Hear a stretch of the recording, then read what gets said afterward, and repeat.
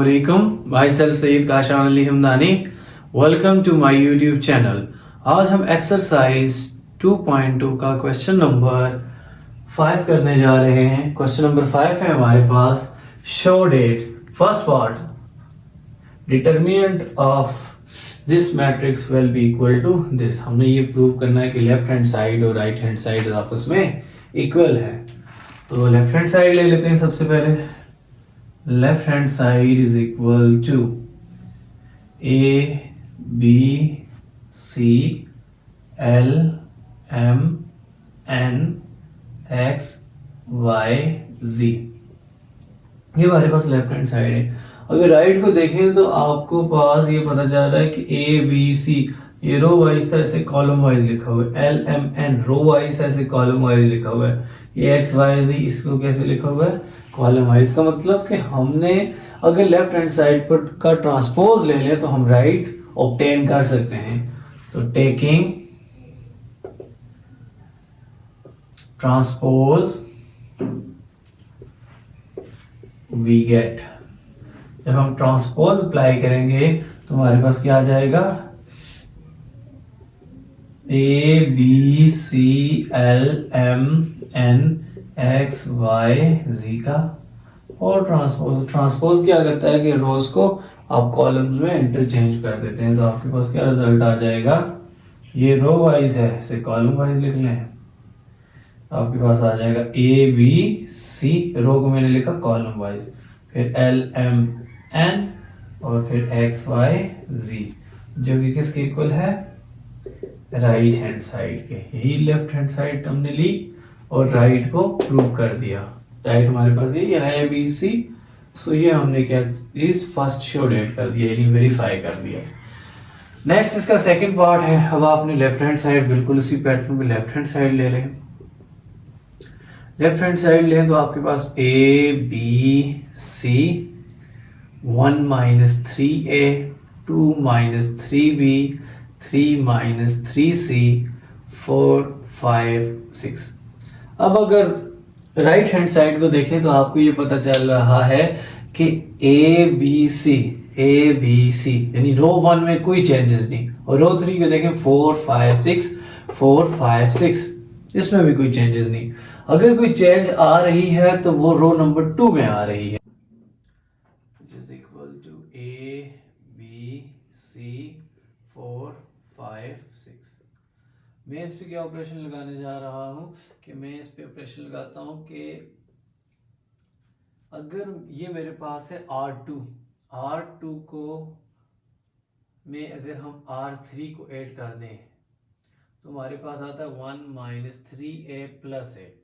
लेकिन हमें यहाँ पर ये 3a एलिमिनेट करना है, क्योंकि तब जाकर ये 1 आ रहा है। इसका मतलब यहाँ भी 3b को किसी तरह वैनिश करना है, यहाँ से सिर्फ 2 बचे। यानी ये चीज़ें जो सेकंड टर्म वाली हैं ये किसी तरह से खत्म हो जाएं। वो एक ही सूरत में हो सकती हैं कि अगर हम रो नंबर 1 को 3 से मल्टीप्लाई कर दें और फिर रो 2 और रो 3 को क्या कर दें, ऐड कर दें। यानी हम ऑपरेशन क्या लगाएंगे, R2 प्लस 3R1, जिसमें चेंज लाई जाती है उसे पहले लिखा जाता है, यानी R2 में चेंज आएगी। तो R2 हमने देखें एज इट ब्लैंक छोड़ दिया, और R1 और R3 को हमने उसकी वैल्यूज को लिख लिया है। चेंज सिर्फ और सिर्फ R2 में आएगी। R2 की वैल्यू क्या है, 1 minus 3a plus 3R1 3R1 आपके पास a प्लस 3a। फिर इसी तरह 2 माइनस 3b प्लस 3 और R1 यहाँ पर इसकी दूसरी वैल्यू डेट इज b, और इसी तरह 3 minus 3c plus 3 into c। तो अब देखें तो ये आ जाएगा आपके पास a b c plus 3a and minus 3a will be cancel out, so the result is 1 minus 3b and plus 3b will be cancel out, so the result is 2 minus 3c and plus 3c will be cancel out, so the result is 3 4 5 6। अब ये देखें ये आपके पास बिल्कुल left hand side हमने ली थी और ये राइट के इक्वल हमने प्रूव कर दी। तो ये हमारे पास प्रूव हो चुका है। अब इसका एक दफ़ा स्क्रीनशॉट ले लें। उसके बाद हमारे पास क्वेश्चन नंबर 5 का third and fourth part. Question number third है show that the determinant of this will be equal to 0, यानी कि लेफ्ट हैंड साइड हमने लेकर राइट प्रूव करनी है, यानी 0 प्रूव करना है। तो लेफ्ट हैंड साइड ले लेते हैं। Left hand side is equal to 1 1 1 a b c b plus c plus a and a plus b। यहाँ पर हम ये ऑपरेशन लगा लें कि R2 को R3 में ऐड कर दें, तो इससे ये होगा कि ये सारी बन जाएगी a plus B plus C, A plus B plus C और a plus B plus C, और उसे कॉमन ले लेंगे तो फिर हमारे पास ये जस्टिफाई हो सकता है। नहीं, यहाँ पर हम ऑपरेशन क्या लगाएं कि R3 में चेंज लाना है हमने, तो R3 में किसको ऐड करना है, R2 को, यानी R3 plus R2 which is equal to 1 1 1। Change सिर्फ R3 में आएगा, बाकी एज इट इज लिखनी है A B C। Change R3 में है, R3 क्या है, B plus C plus R2 में है A, फिर C plus A plus B, A plus B plus C। इसको रीअरेंज करके लिखें तो आपके पास आ जाएगा 1 1 1 A B C। इसको अगर हम लिखें तो इस तरह से लिख सकते हैं A plus B plus C, A plus B plus C और A plus B plus C. और अगर taking A plus B plus C common,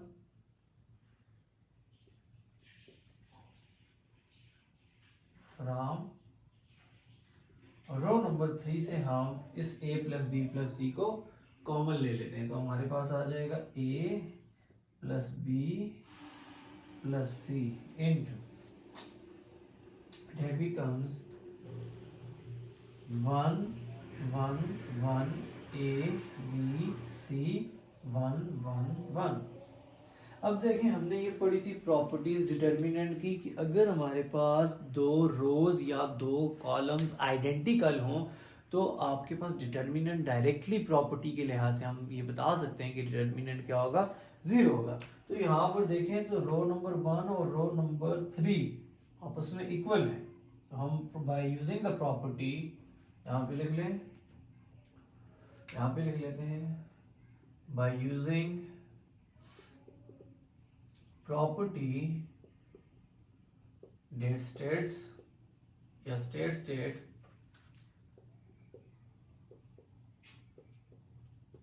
if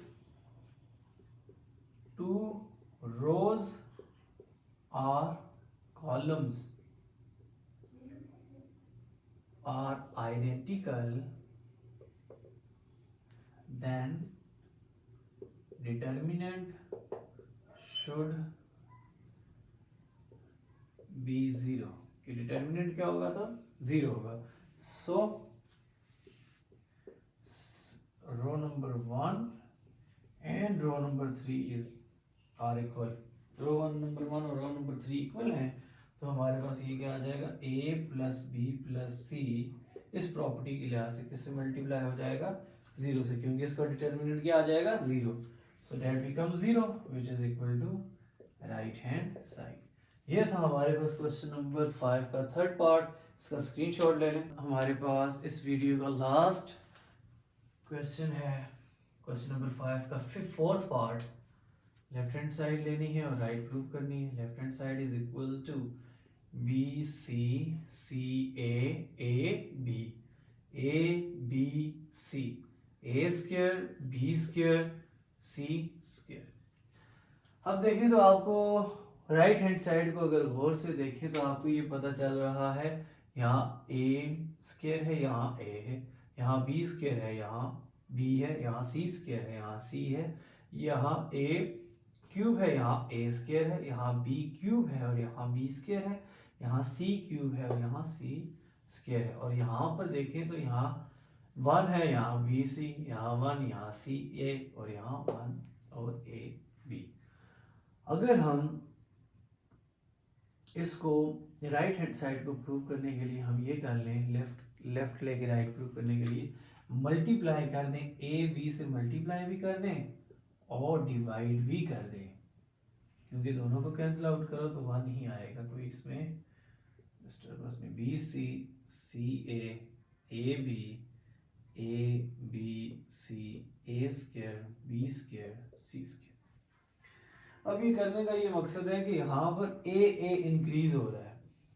जब यहाँ पर ए इंक्रीज होगा यानी हम इस ए को कॉलम नंबर 1 से मल्टीप्लाई कर देंगे, क्योंकि ये आपके पास वो ओवरकम कर देगा, A B C A square A cube वो वाली फॉर्म आ जाएगी। यहाँ पर बी से मल्टीप्लाई कर देंगे, यहाँ पर सी से, तो ये होगा कि हमारे पास यहाँ पर ए बी सी आएगा, उसको कॉमन ले लेंगे और हमारे पास वेरीफाई हो जाएगा आसानी से। बकिया तो क्योंकि हमें एक्सपोनेंट्स इंक्रीज हो रही हैं, यहाँ पर देखें स्क्वायर है, एक्सपोनेंट 1 से 2 पे जा रही है, इसका मतलब ए से ही मल्टीप्लाई होगा। हम क्या करते हैं, मल्टीप्लाई,